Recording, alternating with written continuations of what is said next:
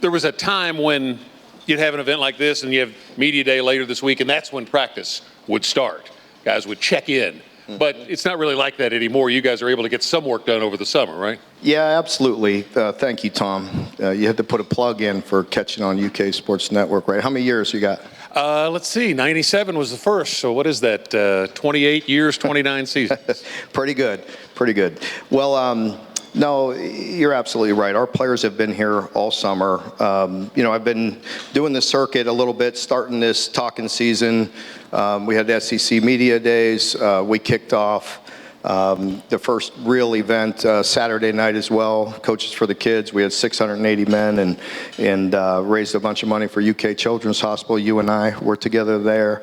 So we're starting this this time. But you are correct. Our players have been here throughout the entire offseason. They really do not take much time off nowadays. I think you all know after a season like we had last year, there's obviously an awful lot of work to be done.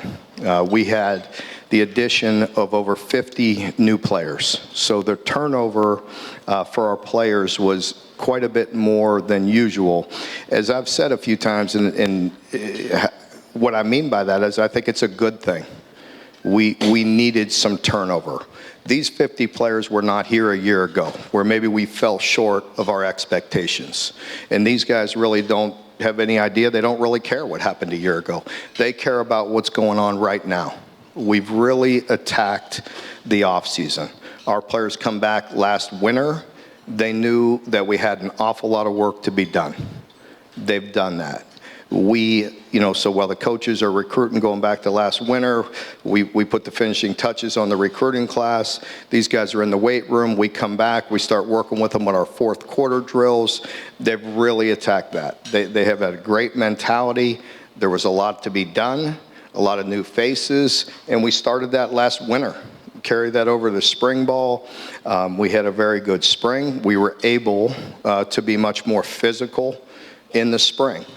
If we go back, I just talked to the media today and talked about how we want to move forward, but we understand you got to go back and address some things as well. But a year ago, we fell short in some critical situations. It really goes back to the spring before, with not being able to be as physical as we want to be.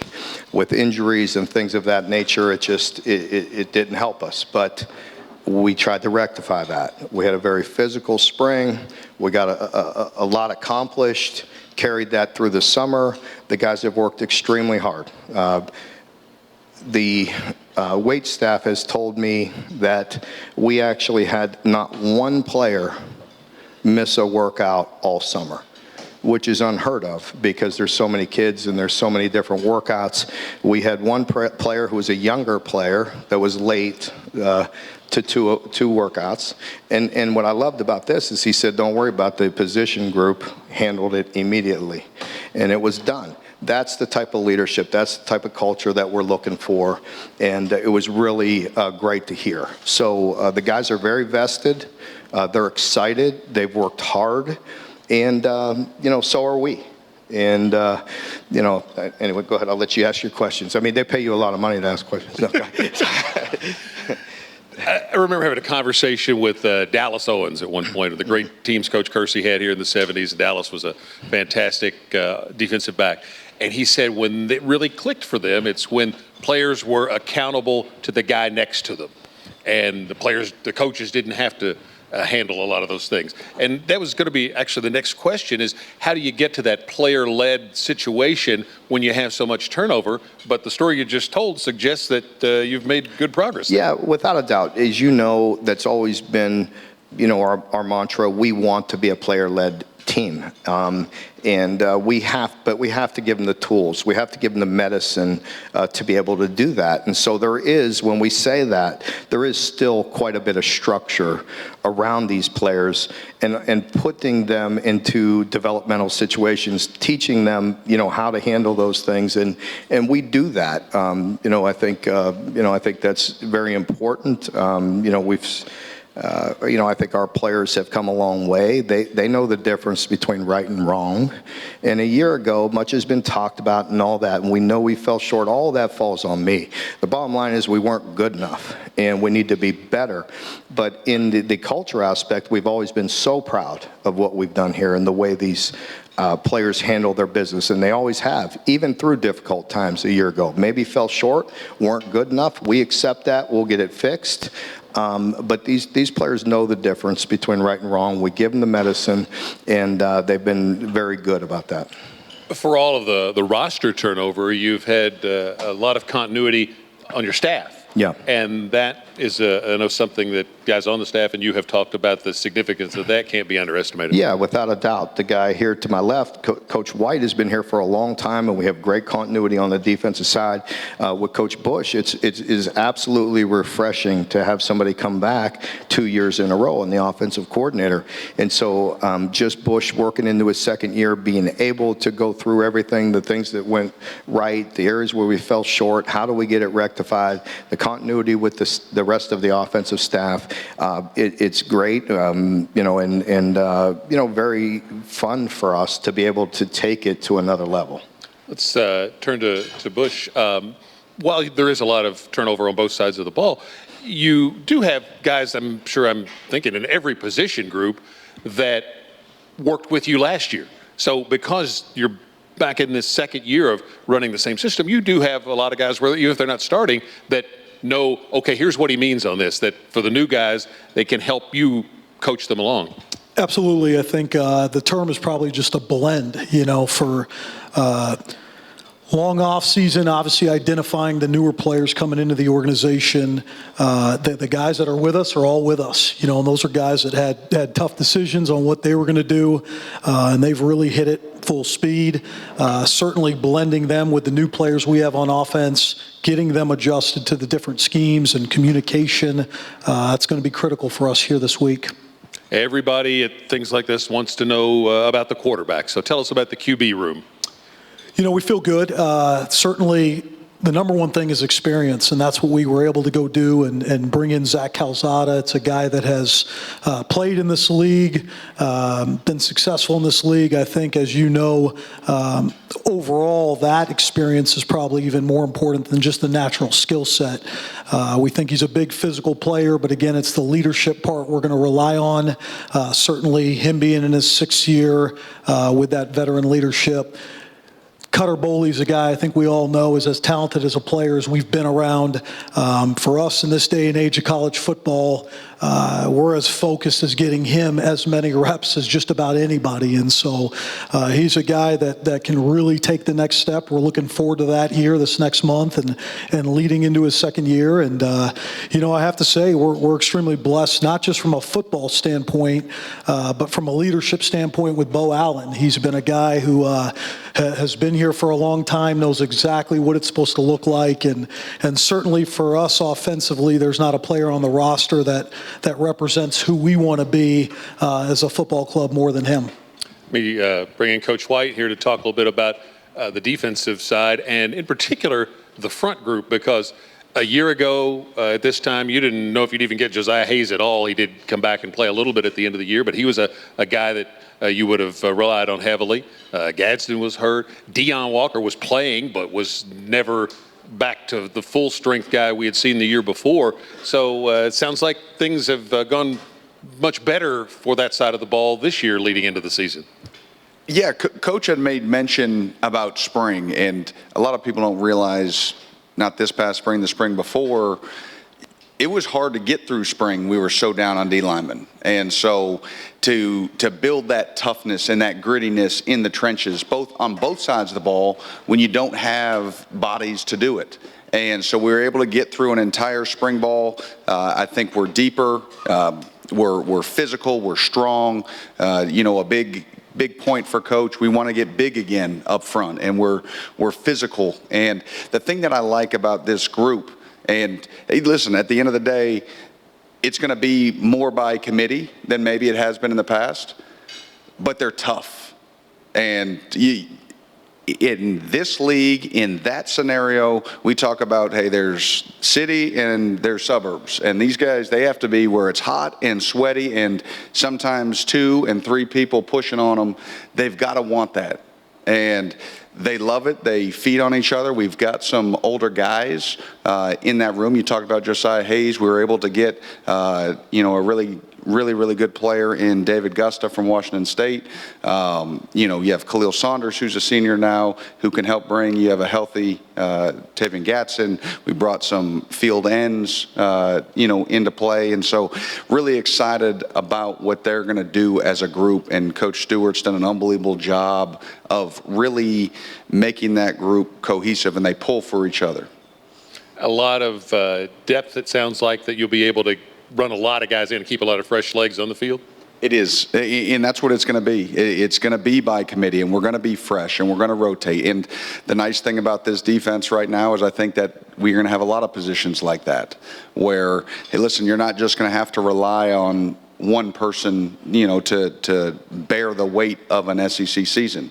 You want to stay fresh throughout, not just at the beginning, and we're going to be able to do that.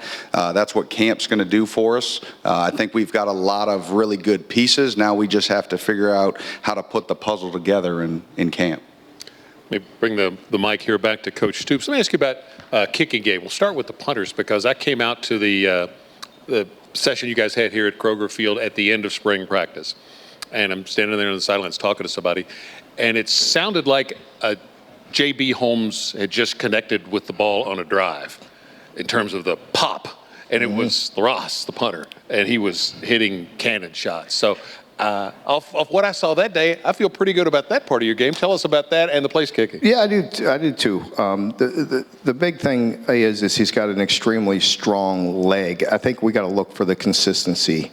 We've been blessed with that the past couple of years. So I think that's a big thing, is looking for the consistency in both the punt game and the kicking game. But 2 guys with very strong legs.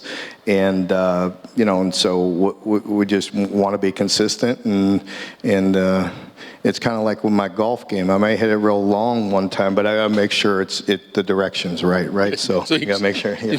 You got to be able to find it. But I do want to mention Jay Bullaware. Jay's our special teams coordinator, and the consistency there as well. We're back 3 years with Jay being the special teams coordinator. We've really taken it to another level. He does a wonderful job, and he's the man with the plan there, and really appreciate the work that he's done. It's a great tradition of returners. They just had a quarter-century All-SEC team. Derek Abney's the kickoff and punt returner on that squad. Can you find any of those out there? Well, let's hope so. Kendrick Law is a guy that'll do the kickoff returns, and Jamori Macklin will do the punt returns to start with. But of course, we'll have a competition here throughout the camp as well. Jamori's a guy that in that wide receiver group came on towards the end of the season. I think at Tennessee had a couple of big catches. Is he the guy that's kind of taking the lead in that group to lead the rest of the guys? He definitely will. I'll turn it over to Bush, and he could talk about the rest of the guys. But I think with Jamori, the fact that he had success late in the season last year was a big plus, and it gave him a lot of momentum. It gave him the ability to take the leadership reins within that group. He's a guy that had great success at a mid-major prior to coming here, and then he found that success late in the year, and I think it gave him a lot of confidence, and you could see that the way he's carrying himself, the way he's trying to lead that group and getting better. Yeah, just think it'll be an extremely competitive group. Certainly there's guys like Jamori Macklin that we know about, but it's a deep group. We think there's probably 6 to 7 players that can all make a huge jump, and that's what it's going to come down to, is just the overall consistency, day in and day out, getting better. A lot of the things we'll be doing this year will go through Kendrick Law, who's a transfer from Alabama, who's really impressed us as well, and we really feel there's 2 or 3 younger players that can be special players for us. Let's talk about the running back room for a second, because you've got a variety of skill sets. The guys that are at the top of that depth chart. Is it going to be a committee type of thing, do you think, at this point moving forward? I think, again, we went out and identified Dante Dowdell was a guy that's played a lot of football and had success and brings a physical element to his game. Through Jay Bola, where he'd recruited Seth McGowan out of high school and was able to bring him back. I think the biggest thing about that running back room is just the size and physicality of both those guys. I don't think we're going to travel anywhere and feel like we can't bring that type of physicalness to the game.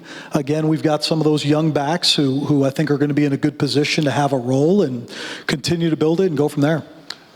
Brad, I guess the most game experience that you'll have on your side is in the guys in the secondary. You've got a lot of guys that have played a lot and made some big plays last season and before. Yeah, we're going to rely a lot on the back end. It has a chance to be the strength. Coach Collins does a great job with those guys, Coach Bufano with the safeties. And you think about the experience that we bring back in, a Ty Bryant, a Jordan Lovett, really excited about what Cam Dooley can do in that safety room. And then you look outside and we're big and long at corner again. And J.Q. Hardaway and DJ Waller and Tryon Nickel Speed. And, there are going to be a bunch of guys competing. But we have a lot of snaps, and we're going to have to lean on them at times. And so it's that give and take. If you want to stop the run and load the box, those guys are going to have to win some one-on-ones out there. And at the end of the day, they're going to win. The goal is to win more than they lose. They're not going to be 100%, but I think they have the mentality now that, hey, they can put it behind them. You got to have that goldfish mentality if you're playing corner. I think those safeties, are going to be playmakers for us, and we're going to expect them to be. And so we're going to rely on them a lot. Again, while that front, continues to build cohesiveness. I think the linebacker group, we've got some old savvy veterans in there that we can rely on, and spin groups. So again, a lot of pieces to work with. Let me get back a couple of things to finish up with. One of the more interesting guys of all these newcomers is the left tackle, Shiaz Pete. Yeah. Anybody hadn't heard him interviewed yet, they're going to get in for a treat when he starts to talk. Yeah, Shiaz is an interesting guy, to say the least.